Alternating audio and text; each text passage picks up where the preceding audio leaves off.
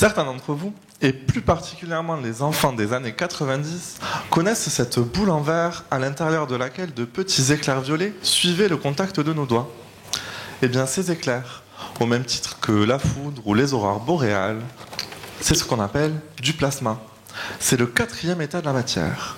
J'entends déjà vos pensées. 4e, a-t-il dit? Je crois qu'il s'est trompé. Eh bien, pas du tout. Le plasma est un état, tout comme l'état solide, liquide ou gazeux. En fait, il suffit d'ajouter de l'énergie, beaucoup d'énergie, pour passer d'un état à l'autre.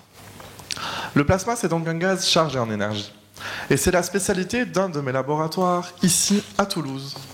Mon deuxième laboratoire, lui, est spécialisé dans l'étude des plantes. Mais quel rapport entre la physique et les plantes? À première vue, aucun.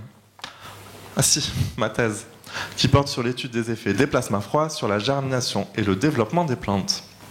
Un intitulé bien compliqué, mais je vais vous expliquer.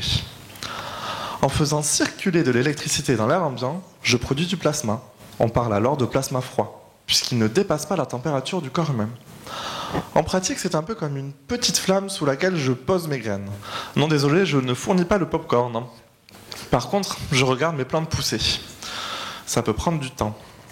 Mais par chance, le traitement au plasma augmente la vitesse de germination. Bon, c'est bien beau de voir que mes graines germent plus vite, mais il faudrait comprendre comment. À l'heure actuelle, on a montré un changement sur la surface de la graine qui pourrait en être responsable. Un peu comme si le plasma avait fait fondre cette surface pour qu'elle germe mieux. Et maintenant, un des objectifs de ma thèse est de comprendre comment le plasma réussit à faire ça. Et ce n'est pas tout. Je peux aussi faire du plasma et de l'hélium. Ici, c'est un peu différent. Je vais traiter de l'eau qui va me servir d'arrosage pour mes plantes. Et là encore, je les regarde pousser. Oui, la biologie requiert beaucoup de patience. Mais après quelques temps, surprise, cette eau activée par plasma a eu de l'effet. Mes plantes ont poussé plus vite, sont plus grandes et ont même fleuri plus rapidement. Bon, d'accord.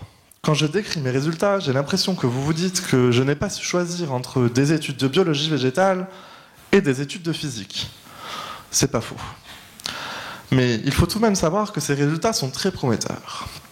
Vous l'ignoriez peut-être, mais avant d'être semées, la plupart des graines sont enrobées de produits chimiques pour les aider à germer ou pour les protéger des parasites, par exemple.